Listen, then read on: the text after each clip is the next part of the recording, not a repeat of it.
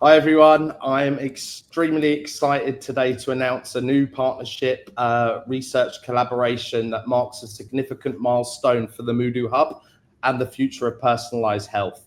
We've just partnered with King's College London, Stavanger University Hospital, Guy's and St Thomas NHS Foundation Trusts, and South London and Maudsley NHS Trust, and King's College Hospital. And we are embarking on an innovative study exploring the potential of psychedelics to transform psychiatric well-being and cognitive function. This collaboration brings together some of the most respected institutions in healthcare and research, leveraging their unparalleled expertise alongside Muhdo's advanced epigenetics platform. And together we aim to uncover how psychedelics can influence epigenetic markers, enhance mitochondrial function, and drive improvements in mental health and brain aging. As you guys know, at Muhdo, we've always believed in pushing the boundaries of science to create meaningful real-world impact. And this project is not just about advancing the field of psychiatry, but about pioneering new approaches to personalized mental health care that could benefit millions. So we're really proud to lead the charge in this transformative research, and grateful for our partners for joining us on this journey. And we just wanted to introduce some of the key players involved in this research to you and help you guys understand what it is exactly that we're doing. So without further ado, I'd like to introduce Dr. Richard Siow. Richard, if you could start off by giving everyone a little bit about your background and your work as Director of Aging and Longevity at King's College London.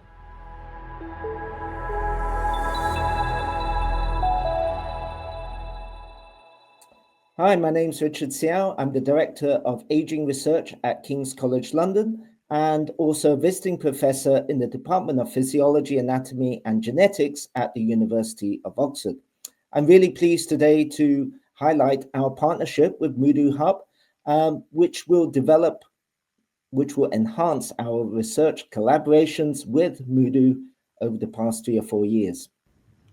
Awesome. Thank you, Richard. And Nathan, everyone knows who you are, but for those that don't get the pleasure of hearing you speak as often as they should do, could you do a quick, brief introduction to yourself? Yeah, thank you, Sam, and always great to be working with you, Richard. So yeah, I'm Nathan Berkley, founders of Muhdo and the CEO. I'm really excited to hear about this extended collaboration between the Muhdo Hub, King's and... Great. You broke out, you blurred out a little bit there, Nathan, but okay, back to Richard. So Richard, what attracted you to partner with Muhdo, and how does their epigenetics platform enhance the research that you're doing into mental health and aging? Well, Sam, this partnership started back in 2021 at the beginning of the pandemic, where we were all concerned about, of course, remaining well throughout the COVID-19 period, and how we can prevent picking up COVID. And there was many different interventions in place and also legislation. Distancing, washing of hands, and not having enough people. We all remember that, not too many people in the same room, I meant. But also how we could have testing to see whether we were well.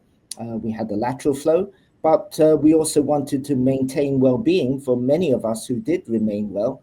The only way in which we could access healthcare was actually not only our GPs, because they were closed, was actually through the supermarkets.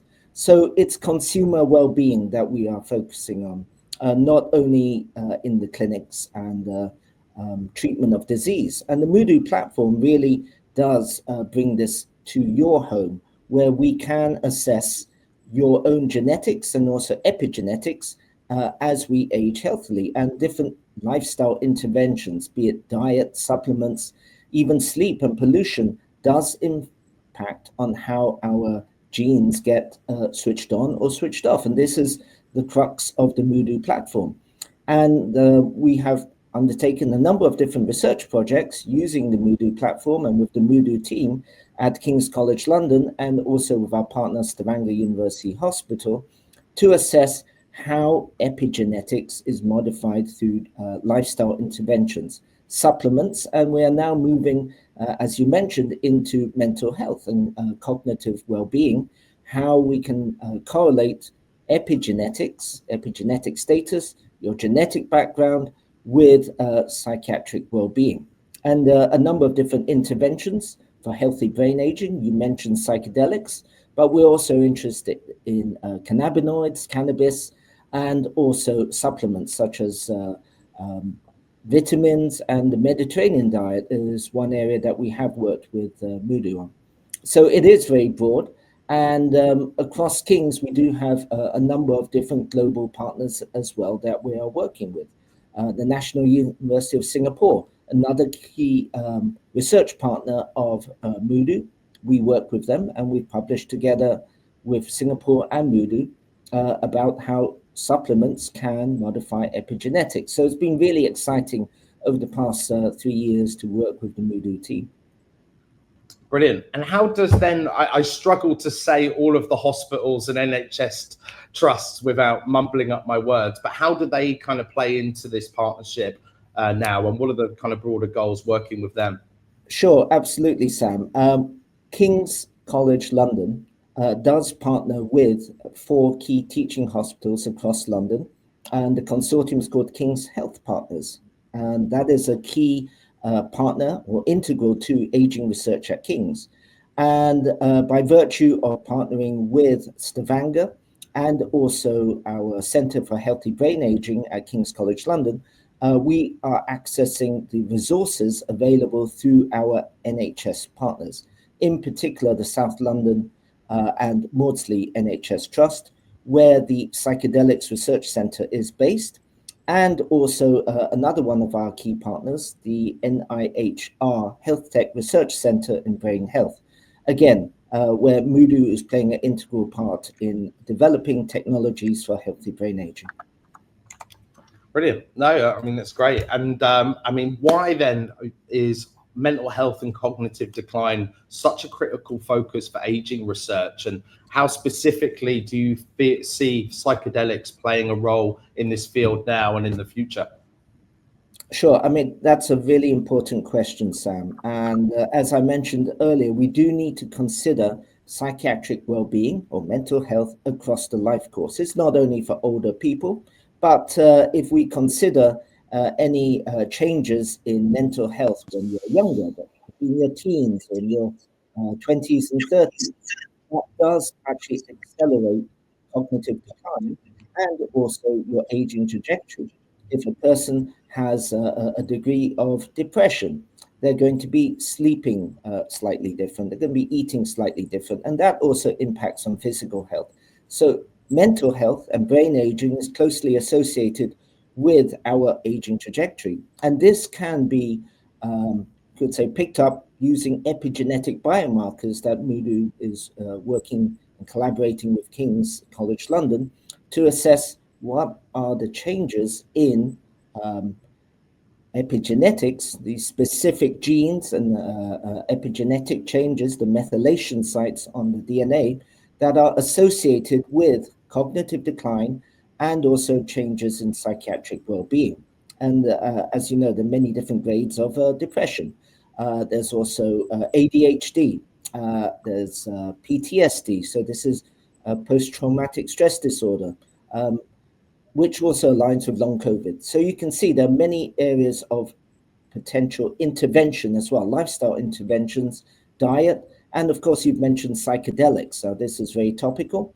And it is very poorly understood at the moment how psychedelics, in its broader sense, can impact on epigenetics. And we are still really considering what are the molecular cellular pathways that interact when we are taking psychedelics on not only pathways related to depression, but also cognitive decline, which ultimately leads to dementia, Alzheimer's disease in later life. But there are early life indicators through epigenetics that we really need to better understand so that we can put interventions such as psychedelics in place. And at King's, because we have the world expertise in psychedelics research, we will be partnering with Muhdo to make good headway to better understand how psychedelics can be used safely at the consumer level, not only clinical therapeutic. So this is quite exciting for the years ahead of us. Brilliant. And could you elaborate on some of the kind of specific compounds that will be studied during this research, or is it too early to say? Well, as you know, Sam, there are many different companies out there developing their proprietary psychedelics or psilocybin-associated compounds. It's too early to say which ones will be effective. There's a lot of press out there. You can search on the research studies that are going on. So I can't say which one in particular, but it's not only which one, but the doses at which you take it. Right. High doses, maybe for, you could say, treatment-resistant depression. But what about at the consumer level, where you may be taking very low microdoses across a longer period to maintain psychiatric well-being? There needs to be much more research on that, and especially the epigenetic changes that could also impact not only on mental health, but also physical health as we age healthily. And this is really important for longevity. That's maintaining health and well-being, health span over the longer periods from an early age across the life course, as I've said already. So this is very broad research that not only involves Stavanger University Hospital, King's College London, but also our global research partners. Amazing. No, it's super exciting. You know, we're all about personalization and epigenetics, and you know, trying to understand how to get those perfect doses is something that's obviously what we're working towards. Nathan, have you got anything that you want to kind of add into this, add into that at this stage now? I think it's really exciting. I mean, you know, there's some massive advances happening now in the world of kind of longevity. And for us as a business, it's exciting to be, you know, partnered with such a prestigious university, looking to advance how we look after people, not just in the future, but more importantly, how we look after them now. I think some of the issues sometimes with research is it can take so long to have an impact on society. But certainly I think where King's College London and Stavanger University Hospital are, they're kind of looking at, you know, for so long now, where can it impact society today? And that's what we're all about here at Muhdo, right? How can we impact society today or very soon to have a real impact on the aging process? And Nathan, you've stopped, but maybe I can pick up where you left off. It is really important that we consider society at the consumer level, how we can make a difference, whether it's in the supermarket, or more importantly, we're also interested in workplace well-being. We spend most of our lives in our workplace, and mental health and psychiatric well-being are really important for the aging workforce as well. To maintain productivity, we do need to monitor how we are aging so that we can prevent age-related decline, age-related diseases, especially mental health. And stress in the workplace, anxieties and so on, do increase our biological age, our aging trajectory. And one of the scores that Muhdo have developed is the cognitive age score, brain aging, and also stress score. So we really need to better understand how these epigenetic scores do correlate with mental health, physical health, and ultimately financial health as well. Yeah, I'm so excited. We're building a range of apps on our blockchain, Richard, as you know, and one of the applications that we're working with, the Save a Warrior Foundation, is a mental health application. So when I mentioned to them that we were fortunate enough to be partnering with you guys looking at this type of research, they were really, really excited, because we're building these consumer applications which are finding the cohorts, finding the people that need these solutions. And with what has been developed today with the cognitive assessments and the cognitive games and all of the epigenetic results that we give, you know, we have to keep providing new solutions. And as science advances as fast as it does, you know, those solutions are being made available more and more often now. I mean, again, I'm pushing you for some cheeky questions, but how soon do you think we could see real world applications from this research? I know a lot of what Dag has done over there at Stavanger University is pretty advanced, and some of the partners that we've been introduced to are also pretty advanced. And I know it's a difficult question to answer, and you probably hate me for asking it, but any idea on when we would be able to see some real world applications from this research? Well, Sam, that's a really important question. How we can translate basic and clinical research into the marketplace is also our goal, to see this happen as quickly as possible. And our research not only focuses on the early stage molecules and what happens at the cell and molecular level, but also at the consumer level, how we can take a supplement that is already on the market and correlate our findings in epigenetics and also other biomarkers of mental health and cognitive status with these products, and to accelerate the awareness of the development of the product, formulations, and ultimately consumer confidence in the product. So we are working on areas that are ready to go to the market, pending the academic and also the clinical research findings.